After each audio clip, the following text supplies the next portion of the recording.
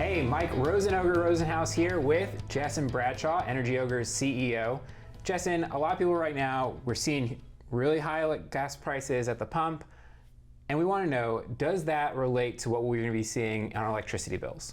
No, I don't think that you should be terribly worried that what we're seeing in gasoline prices at the pump has a direct correlation to what we're going to see from electricity prices. They're kind of two different markets. Yes, they're both energy and there may be a little bit of overlap, but generally speaking, they're going to really run independent of each other. Okay, so that's a pretty good sign, because I know people are definitely thinking, they got summer vacation coming and they think about gasoline prices, but it's good to think that as we enter the summer, which we're going to use a lot of energy then, our rates shouldn't be affected there, right? Well, we have pressures that are going on in the electricity markets anyway that are kind of separate and distinct from anything that's happening in the oil complex, right? So, we're very much dependent upon what's happening in the price of natural gas, what new power plants are coming into the marketplace, how many different providers there are in the market. So there's other dynamics that we're dealing with in the electricity space that are not quite the same as what we see and that are driving factors at the price at the pump. Those are slightly different. They're more global types of issues, whereas what we're dealing with in electricity is really kind of more local to what's happening here in Texas. Okay, so gasoline prices, from my understanding, they seemed like they were going up already, and then the United States is banning Russian imports of oil. Can you tell me, is that why you think gasoline is going up? Why or why not? Sure. What we've seen is gasoline prices are going to be primarily moving a function of what's happening to the prices of crude oil. So that's the feedstock, that's where we make gasoline out of, right? So as those prices move up, it's going to translate to higher overall gasoline prices that we see at the pump. But there's some bigger dynamics that have been in place there for some time.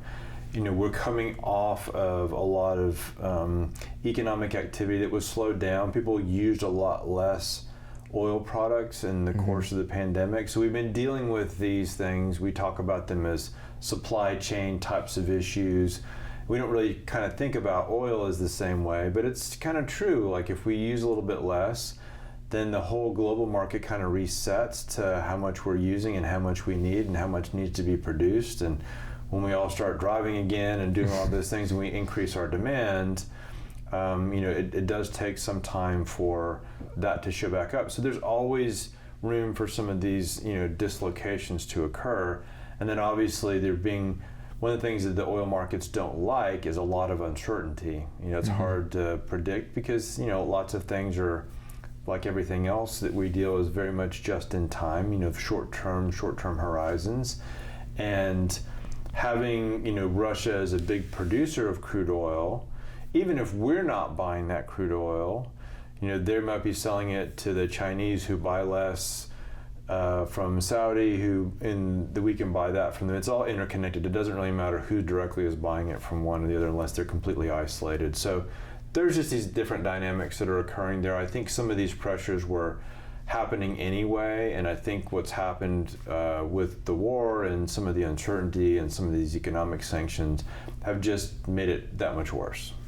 Energy Ogre members are on we put the people in fixed rate plans. Still though, there's going to be a little concern about the pricing.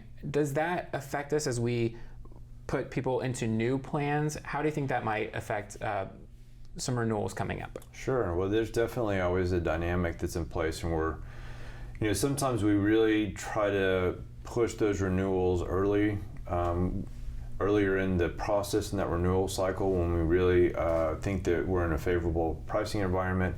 Other times we'll try to delay that process as long as we possibly can in the expectation that we'll have improving overall rates.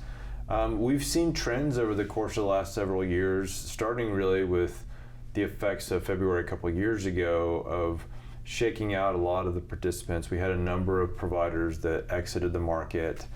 And so there's been a little bit of change that's in there. I mean, at the end of the day, we're still focused on trying and making sure that our customers are in the lowest cost strata in there, kind of no matter what's happening in the marketplace.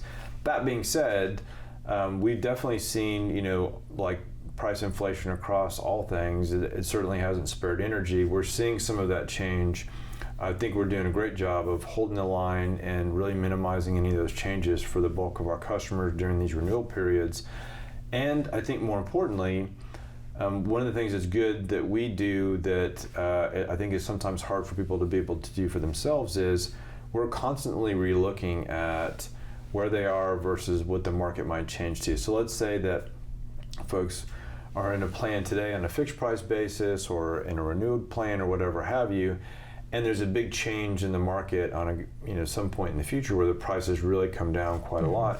Well, we can see that and take advantage of that for our customers. So as part of the ongoing management, we're I think doing an excellent job of still keeping folks in the lowest portion of the marketplace, but we're definitely seeing energy prices move around quite a bit, and power's no exception. Awesome. Thank you, Jesson Bradshaw, Energy Ogre CEO.